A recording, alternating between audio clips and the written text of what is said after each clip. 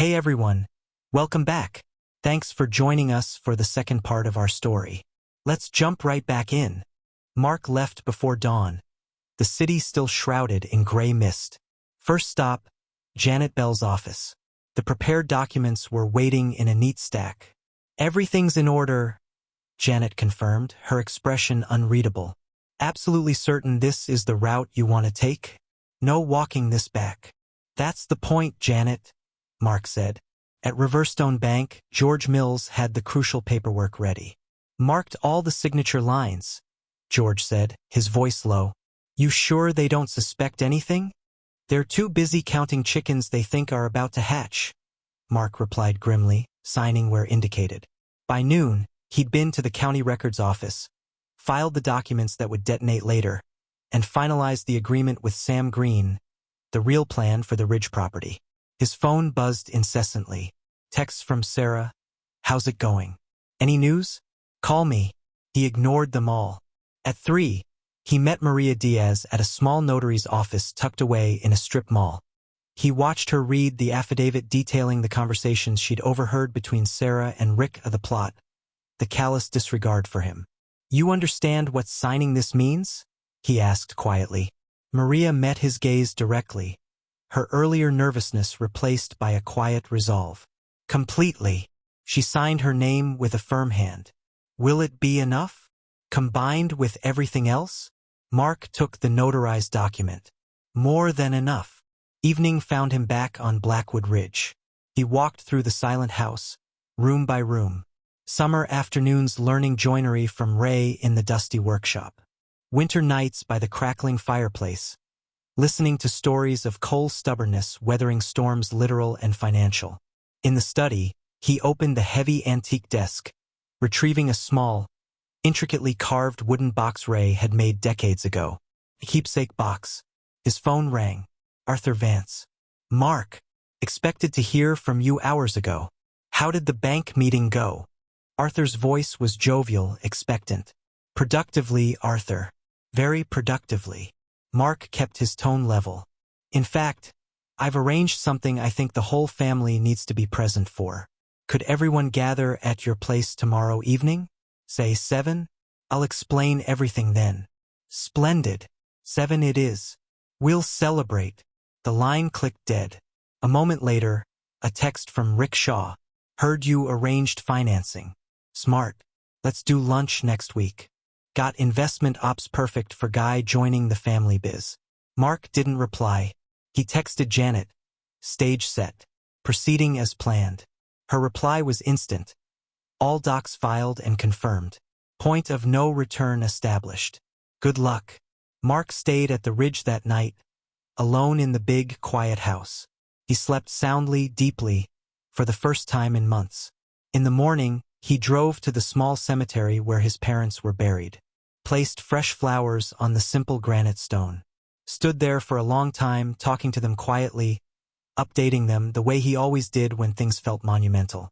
Think you'd understand, he murmured to the silent graves. Dad would. Gramps sure as hell would. He spent the afternoon preparing. Not documents, those were done. Preparing himself. At precisely 6:55 p.m., he pulled up to the Vance estate, the carved wooden box resting on the seat beside him. They were all there, gathered in the living room, champagne poured, waiting for the conquering hero. Arthur clapped him on the back again. Our man of the hour. We were just discussing how to thank you properly. Mark noted Rick standing possessively close to Sarah. Chloe scrolled wedding venues on a tablet. Eleanor nursed her second martini. Shall we toast before Mark shares the good news? Arthur suggested, raising his glass. To family. Pulling together. They drank.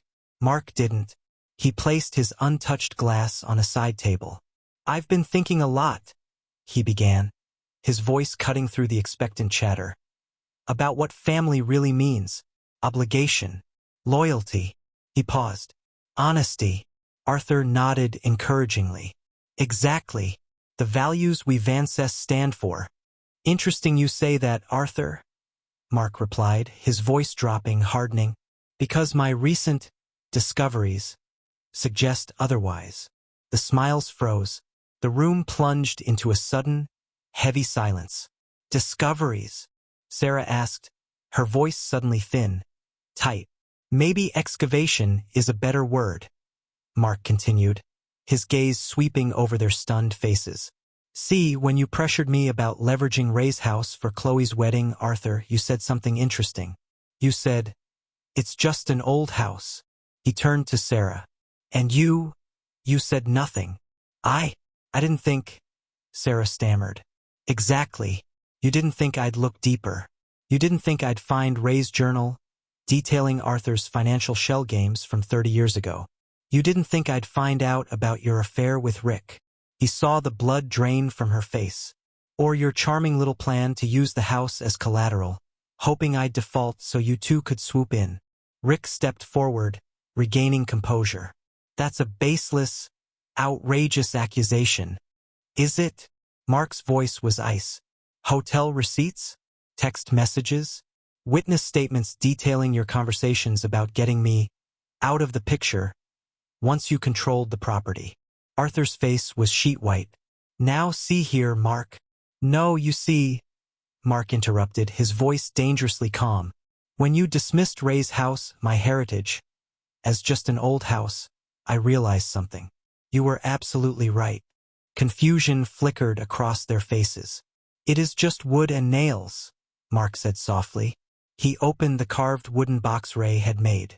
But what it represents, integrity, hard work, loyalty, those are the things worth protecting.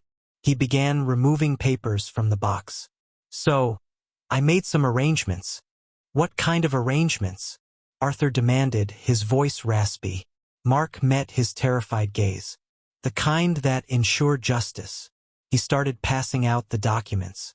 Speaking of family values, the only sound in the opulent living room was the rustle of paper as the Vances stared at the documents Mark distributed.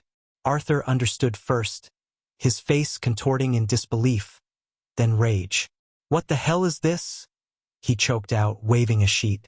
That, Mark said evenly, is a copy of the mortgage note for this house, which I paid off this morning. Riverstone Bank was concerned when presented with evidence of your recent financial instability, Arthur. They were quite happy to sell your distressed debt to me at a significant discount. Eleanor gasped. That's impossible. This house is paid for. Not quite, Mark corrected coolly. You refinanced 3 years back. Quietly. Covered some investment losses, didn't you? George Mills at the bank provided a rather illuminating history. He looked directly at Arthur. Living beyond your means for years. Robbing Peter to pay Paul. Just like Ray caught you doing back in '95. Arthur seemed to shrink. Ray. He promised he'd never. He never did, Mark confirmed, a bitter edge to his voice. He protected you. Covered for you. I'm not feeling quite so forgiving. Sarah approached him then, hand outstretched, face pleading. Mark, please, whatever you think happened. What's happening now is accountability. He interrupted, stepping back from her touch as if burned. He pulled another document from the box. This? A copy of the zoning variance request your father filed last month. For my grandfather's property. Funny thing, the commissioner thought it odd Arthur Vance was applying to develop land owned by Mark Cole, especially since the application mentioned imminent ownership transfer. Rick cleared his throat, attempting nonchalance. This is clearly just a big misunderstanding. Is it? Mark cut him off, handing him printouts. Then maybe you can explain these texts between you and Sarah? My personal favorite is where you discuss the mechanics of ensuring I default on the loan you were pressuring me to take. Chloe, silent until now, turned wide, horrified eyes on her fiancé. Rick? What is he talking about? Don't be naive, Chloe, Mark said, his voice softening slightly, almost pitying. Ask yourself why your fiancé, a supposed financial advisor, was pushing for such an insanely expensive wedding when your family is clearly underwater. The planner, the venue, the caterer check their ownership. All connected to Rick's old college buddies. All charging exorbitant rates. Generous kickbacks, I imagine. Comprehension, slow and sickening, dawned on Chloe's face. Mark continued his methodical distribution. This one's for you, Arthur. A copy of the formal complaint I filed with the SEC regarding your investment practices. Based on my grandfather's meticulous records from the 90s and some more recent discrepancies. The investigation officially begins next week. Arthur lunged, a strangled roar escaping him, but Mark sidestepped easily. You ungrateful bastard. After everything What exactly have you done for me, Arthur? Mark asked, his voice dangerously quiet. Besides try to steal my inheritance, cover up your decades of fraud, and encourage your daughter to betray her marriage? He turned to Sarah, whose face was a mask of shock and dawning terror. Which brings me to these. He removed the final documents from the box, placing them deliberately on the low-glass table. Divorce papers, already filed. Irreconcilable differences, citing adultery. He paused.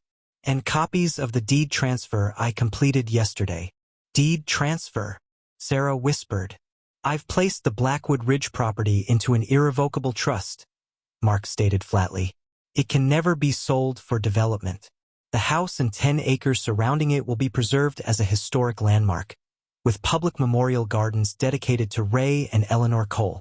The remaining 30 acres become a permanent nature preserve. Eleanor found her voice, shrill with outrage. You can't do this. We're family. Family doesn't conspire against its own, Mark retorted coldly. But you're right about one thing. I have considered what family means. He pulled out his phone, dialed a number. You can come in now. The grand front door opened.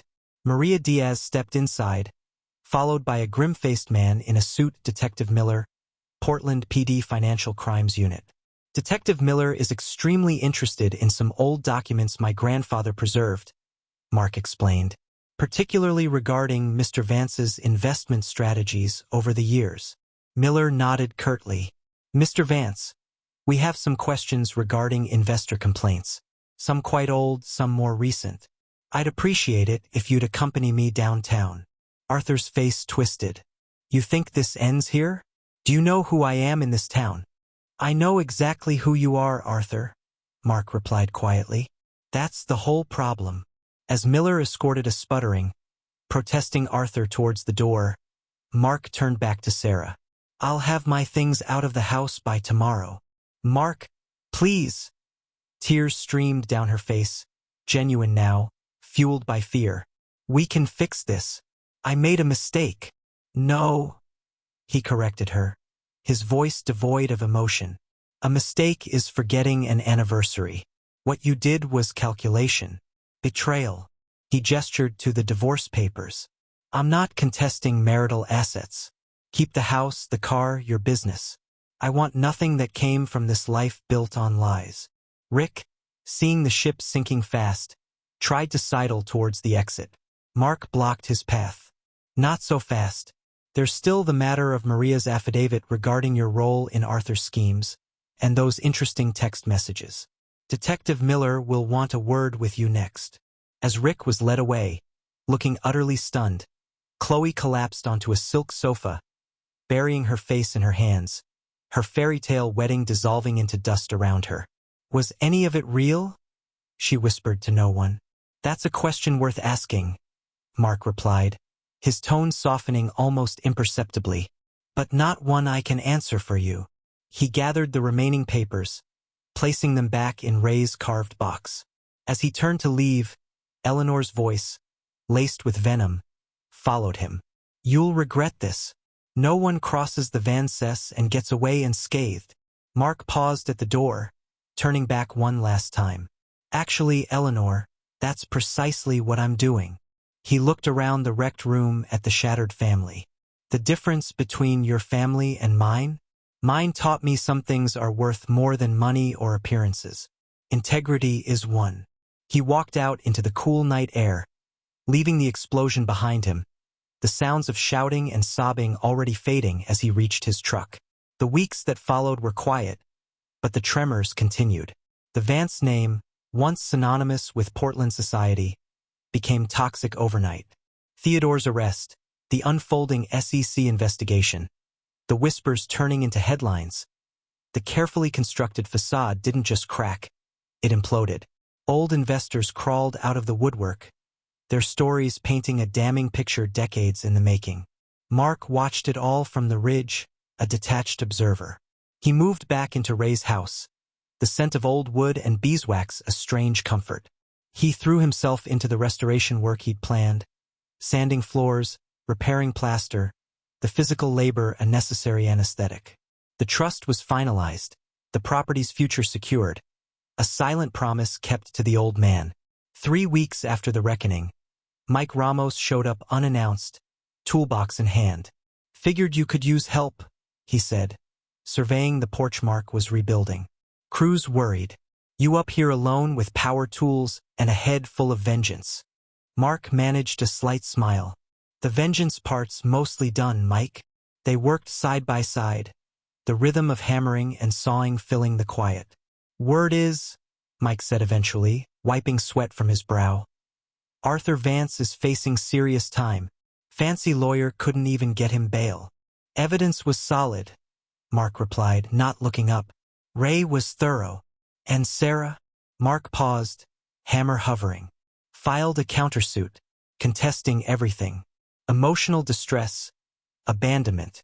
He slammed the hammer down, driving a nail home with unnecessary force. "Janet's handling it. Already shut down 2 attempts to claim part of this property. The trust is ironclad." He shrugged. "She'll get her share of marital assets. More than fair, considering." They worked on until dusk. As Mike was leaving, he hesitated. "Guys were thinking, barbecue this weekend? Up here? Been too long." Mark considered it. The thought of noise, of life filling the quiet rooms. "Yeah," he said slowly. "Yeah, that'd be good. Tell them to bring the families."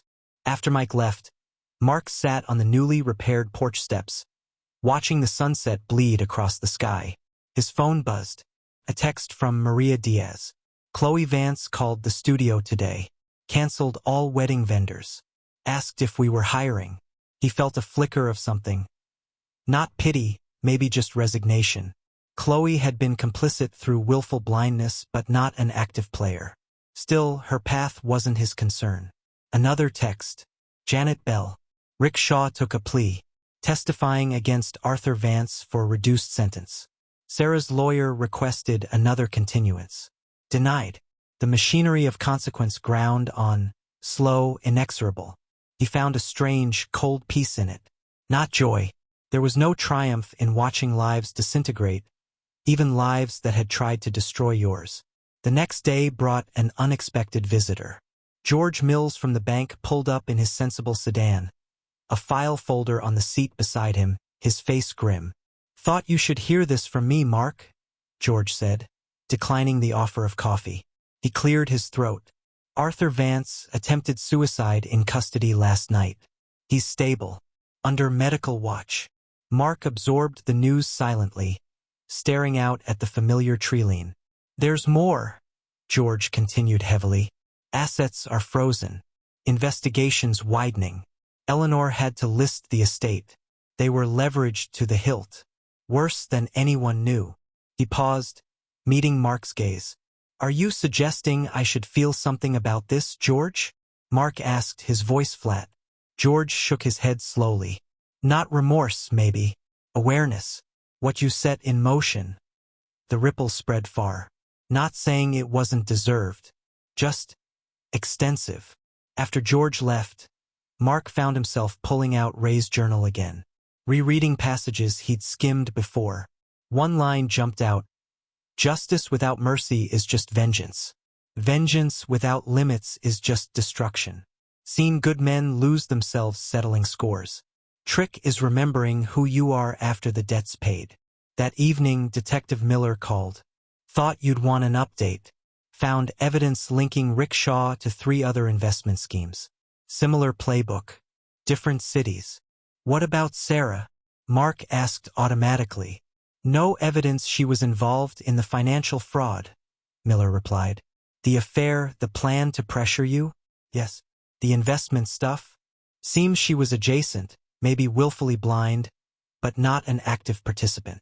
Mark thanked him, hung up, felt empty.